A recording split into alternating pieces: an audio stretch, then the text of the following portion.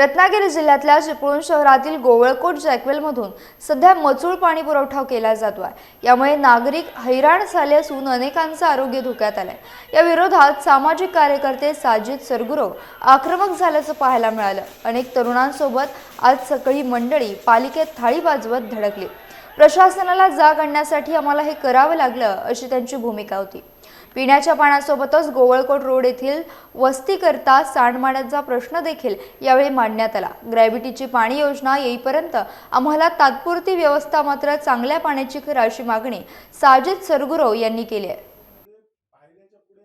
ज्या पद्धतीत आमचा अधिकार हा काय आहे हा आज आम्ही नगरपालिकेला दाखवलाय।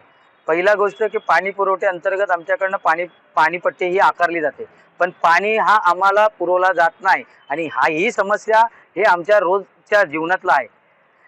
त्याच पद्धतीने नगरपालिकेला सातत्याने वारंवार ज्या 3 टर्म झाले, आज सीओचे 3 टर्म झाले, आमदार पालकमंत्री हे बाजूला ठेवा, त्या 3 टर्मच्या सीओने आम्हाला आश्वासन देऊन अद्यापही त्याचा काय मार्ग काढलेला नाही। नेमकी अडचण म्हणजे खारं पाणी, मचूळ पाणी आणि घाण पाणी हे आम्हाला पाजतायत पंप दुरुस्त न झाल्यामुळे।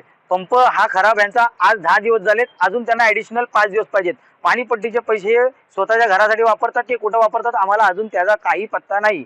त्याच पद्धतीने आम्ही रोज त्यांना तीच विषय सांगतोय की आमचा हा पाण्याचा प्रश्न 16,000 लोकांचा आहे आणि ह्या प्रश्नाला तुम्ही निवारण करणार की नाही ही आज आमची त्यांच्याकडे मागणी होती। तर त्यांनी आम्हाला सांगितलंय की 2 टँकरची पुरवून आम्ही पाणी पुरवठा करणार।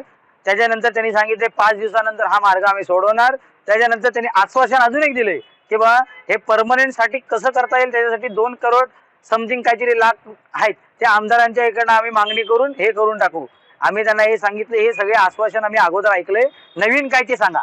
आणि येणाऱ्या जर एक मुख्यमंत्री जरी दौरा असेल चिपळुणात तर सगळ्यात पहिला साजिद सरगुरव त्यांच्या समोर उभा राहणार आणि विचारणार हा पाण्याचा प्रश्न आमचा नाही का? मतदान मागायला आमच्याकडे येतात, मग आमचा पाण्याचा अधिकार का नाही देत?